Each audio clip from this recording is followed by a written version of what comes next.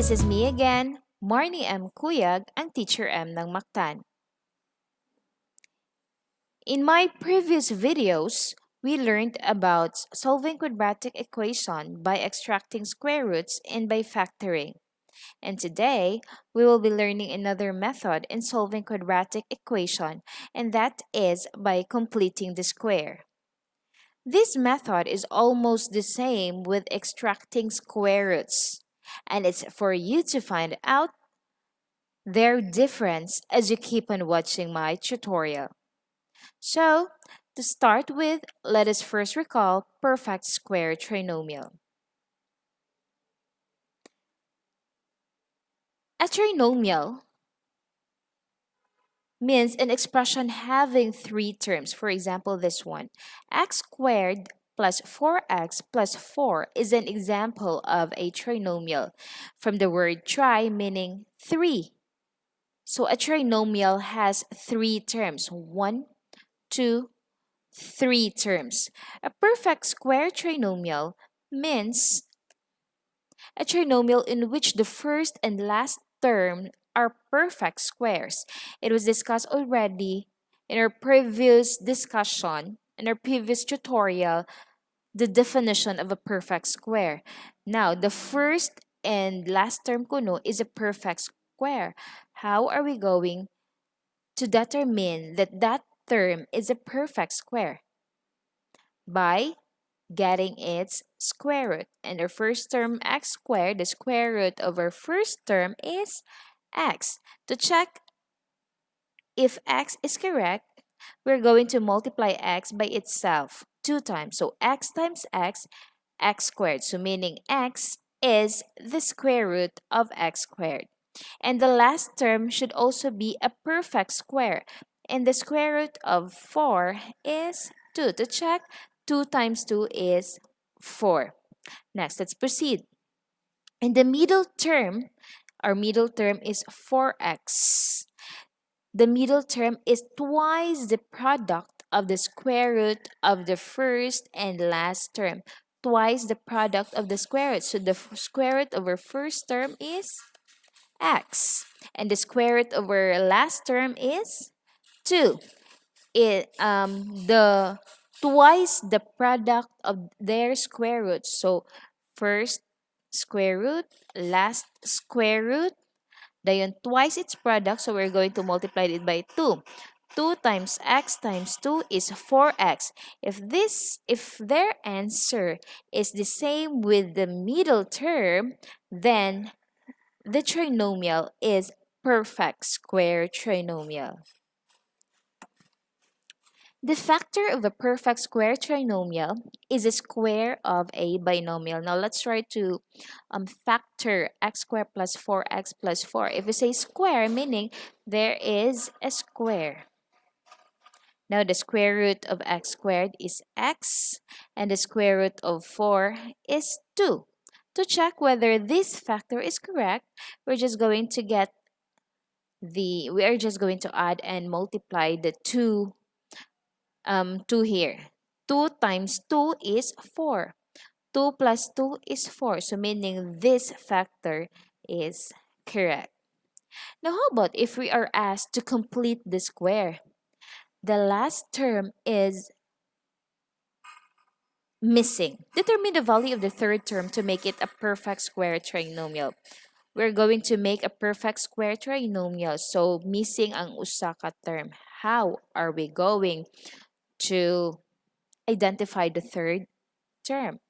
That is just by identifying, or the first step is to identify the value of b. Now, what do you think is the value over b? The value over b is the numerical coefficient of the linear term, or yes, of the linear term, which is 10. This is the value over b. Then, whatever the value of b, we are going to divide it by 2. Dayon is square ang answer. So this is it. The value of b, i-divide og 2, nya is square. Then afterwards, we're going to simplify this part. 10 divided by 2 is 5. 5 square is 25. If you say 5 squared, that is not 5 times 2, but we are going to multiply 5 by itself 2 times. So it is 5 times 5 is 25. So the missing term is 25, and that makes the perfect square trinomial. What we did here is we complete the square. What does completing the square really means?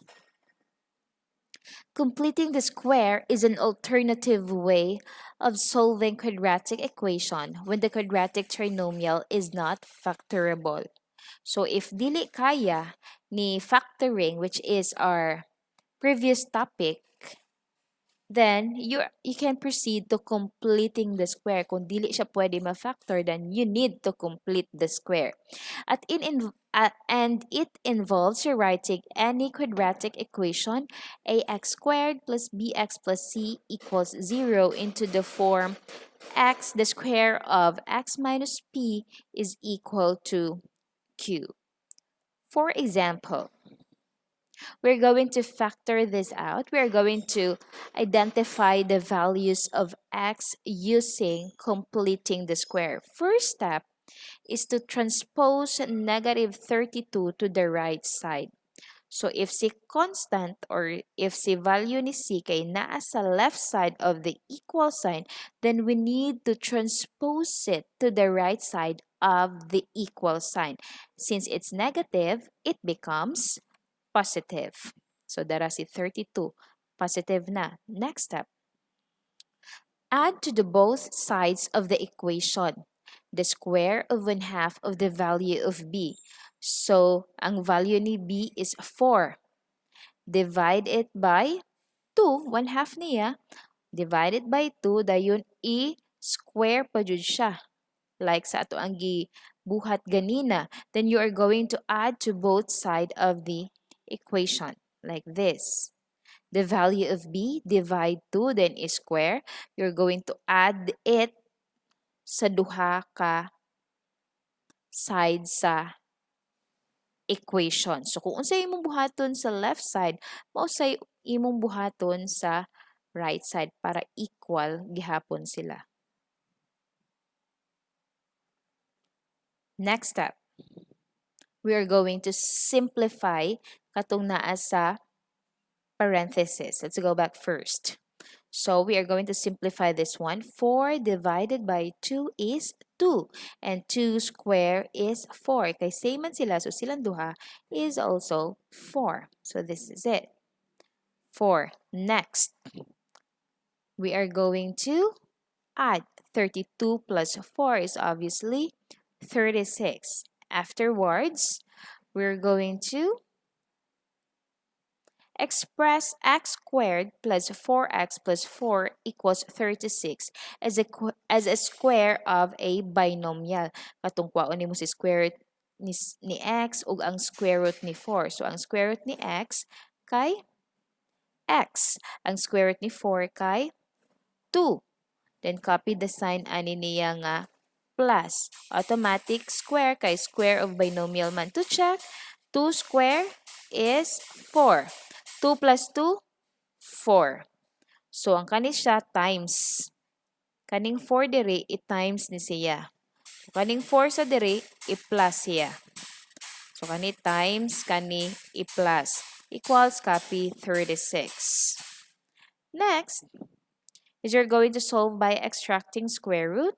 So, you're just going to make a radical sign para makancel si 2. Pag cancel ni square, nabilin x plus 2, the square root of 36. Dapat dili kalimtan si positive and negative. Square root of 36 is 6. Then, transpose 2 to the right side. We need to isolate x. That's why we need to transpose 2 to the right side and it becomes negative. Now, we cannot subtract this number because na ay nagtangag og duha ka sign, so dapat ato ni siyang buwagon. Separate and equate it to 0. So, si positive x naa sa left side, si negative x naa sa right side. So, dapat gibuwag si positive o si negative. So, 6 minus 2 is 4 on the right side, negative 6 minus 2, according to the law of sum and or addition and subtraction of integers, if same sila og sign, you need to add. 6 plus 2 is 8, then copy their sign, which is negative. So the value of x is negative 8.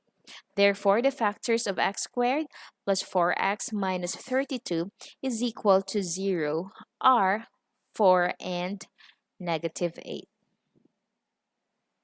Now, how about if our example is like this? What had you noticed? Yes, the value of your a is not equal to 1. If the value of a is not equal to 1, dara si a na to kay value ni a na to kay 2, if it is not equal to 1, then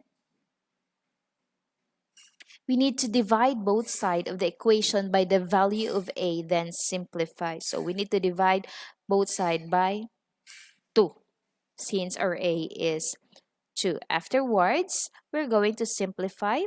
2 divide 2 is 1, so cancel 2, nabilin si a square. 8 divided by 2 is 4, copy a. 10 divided by 2 is 5. 0 divided by 2 is 0. Next, after which is we're going to transpose negative 5 and it becomes positive 5. Then, balik na sad ta, add to the both side of the equation the square of half of the value of b. So, ang half ni 4, value ni b which is 4, i-half ni mo, then i-square pa jud, the same, kung sa imong buhat sa left, mao sa imong buhaton sa right, then simplify 4 divided 2 is 2. 2 square is 4. Then afterwards, you're going to add 5 and 4, and that is 9. Then you're not going to transpose, but we are going to express a squared plus 4a plus 4 equals 9 as a square of a binomial. The square root of a square is a. The square root of 4 is 2. So mahimo siyang the square of a plus 2 equals 9. Next, you're going to solve by extracting square root. You're going to extract square root to cancel out this 2 and the square root, the radical sign. So, nabilin a plus 2, the square root of 9 is positive and negative 3. Isolate a, so we need to transpose 2 and it becomes negative 2.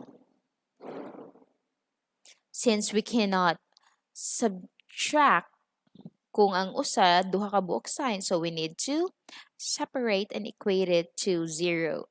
3 minus 2 is 1, and the other side, negative 3 minus 2 is negative 5.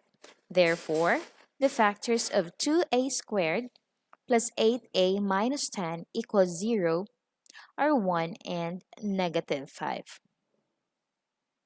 So that's it. Do you have any questions or clarifications? If none, then I am going to give you a sample equation to solve for you to practice after watching this.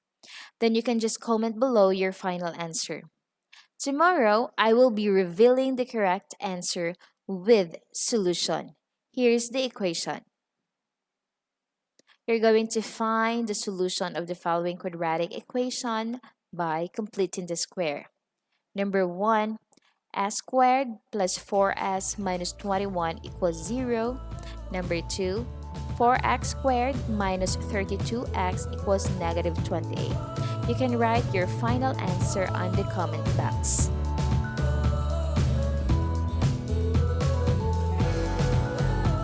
So, I will wait for your answers on the comment box. I hope you learned something from this session. This is me again, Marnie M. Kuyag, ang teacher M. Namuktan. See you on my next tutorial. Thank you and have a great day.